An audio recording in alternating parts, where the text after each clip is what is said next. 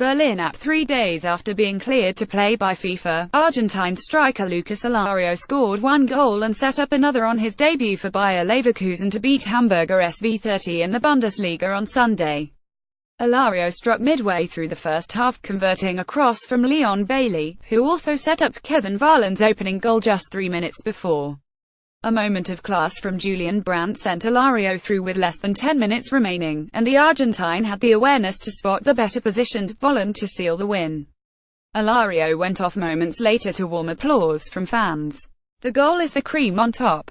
He played very well, scored the goal and combined with others. He worked well coming back and his first goal wasn't so easy to score, Leverkusen coach Heiko Herrlich said.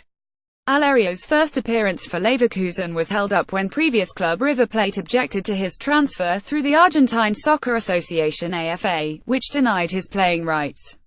The Buenos Aires-based club contended that Alario's transfer was invalid as Leverkusen paid his release clause of $28.6 million on August 31, after the Argentine season began, which it said was against FIFA rules. Leverkusen then took the case to FIFA, which ruled in its favor on Thursday. Leverkusen's second win in 6 games eased the pressure on new coach Herrlich after a difficult start. Counterpart Marcus Gisdol remains in need of a change in fortune, however, after 4 straight defeats. Hamburg next faces Werder Bremen, Mainz and Bayern Munich. Cologne fought its way to its first point in a 0-0 draw at promoted Hannover after starting the Bundesliga with 5 straight defeats. Now the last-place side hopes it can build on the point. The luck will come back and the chances we had today will go in, Cologne goalkeeper Timo Horn said. We'll start winning the games again. But the precondition was this performance that we delivered today. Peter Stoger's side, which has scored only 1 goal all season, hasn't netted in its last 4 league games. That highlighted the extent to which Cologne relied on French striker Anthony Modeste, sold in the off-season in a big-money move to Chinese side Tianjin Quanjian. Modeste scored 25 Bundesliga goals for Cologne last season. His replacement, former Mainz striker Jehan Cordoba, is yet to score in 6 games. We all have to be satisfied with a draw, said Hannover general manager Horst Held, whose 4th-place side remains one of 3 unbeaten in the Bundesliga this season. Hannover coach Andre Breitenreiter remained unbeaten in 15 games across 2 divisions. Juventus president Andrea Agnelli was banned for 1 year by the Italian Soccer Federation on Monday for his role in selling tickets to hardcore ultrafans that encouraged scalping. Mourinho escapes ban after sending off the court also fined Juventus €300,000 $350,000. The ban comes less than 3 weeks after Agnelli was elected to chair the 220-member European Club Association. Having taken note of today's decision by the FIGC's National Tribunal, Juventus pre-announces its appeal to the FIGC Court of Appeal in the full conviction of its own good arguments, which have still not found adequate recognition, the Serie A club said in a statement. The club expresses its own satisfaction because today's sentence, even though it inflicted heavy bans on the president and other people involved, has after extensive evaluation of the evidentiary material page 11 of the sentence excluded all alleged links with representatives of organized crime. Federation prosecutor Giuseppe Pecoraro also said he would appeal for a harsher sentence. Pecoraro requested a 12-year suspension, a fine and an order to force Juventus to play 2 home matches behind closed doors.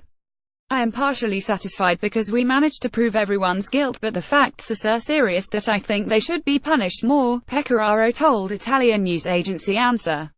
The judgment of another court would be useful, taking into account that the resources coming from the ticket scalping went to a criminal organization, and that is very serious. The ban means Agnelli remains Juventus president but cannot represent the club in any official matter governed by the FIGC. He cannot, for example, go into the dressing room during matches or have transfer dealings with players' agents.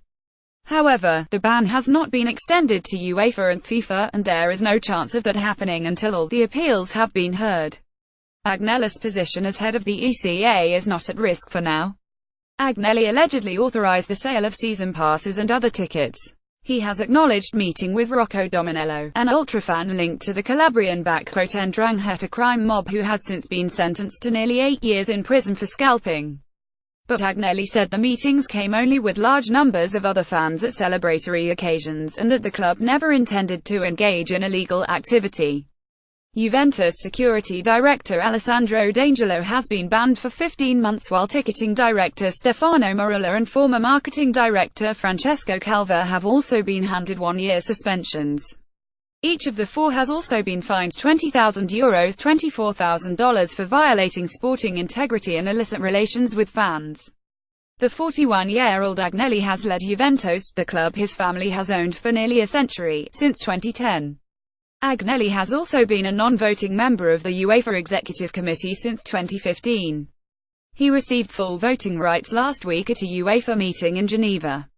More Villarreal sacks manager Escribá after 1 year in charge. Domenello's father, Saverio Domenello, was sentenced to 12 years in prison by a court in Turin in June for his role in the scalping case.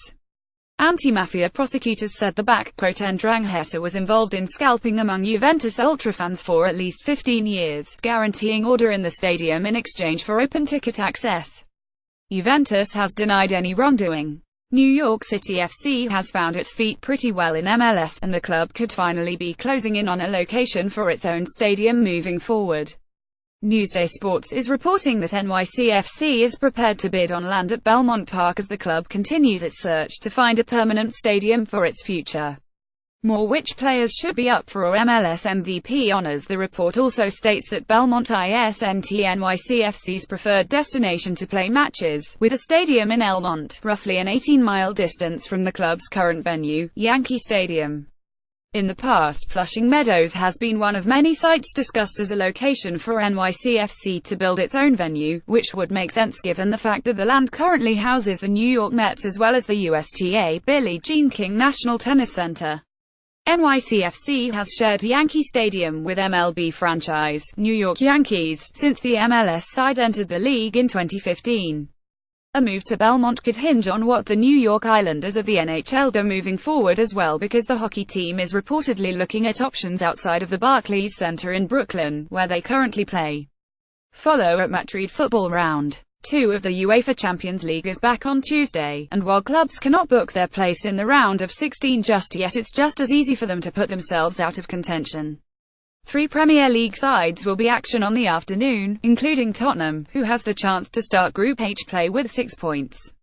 Meanwhile, Liverpool and Manchester City will also take the pitch in Group E and F, respectively.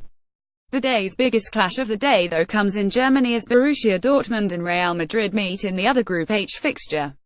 Dortmund will be looking for a positive result after falling to Spurs in their opening day loss in the competition. More who is the most complete striker in the Premier League? Here's the full rundown of matches on Tuesday's UCL docket. All games kick off at 2:45 p.m. ET. Group E, Spartak Moscow vs. Liverpool, Sevilla vs. Maribor. Group F, Manchester City vs. Shakhtar Donetsk, Napoli vs. Feyenoord. Group G, Besiktas vs.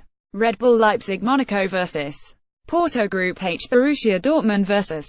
Real Madrid, Apoel vs. Tottenham Hotspur. Follower at Madrid Football. The New Orleans Saints will be playing a different sort of football on Sunday at historic Wembley Stadium, but the NFL franchise took in Arsenal's match today during their trip to London.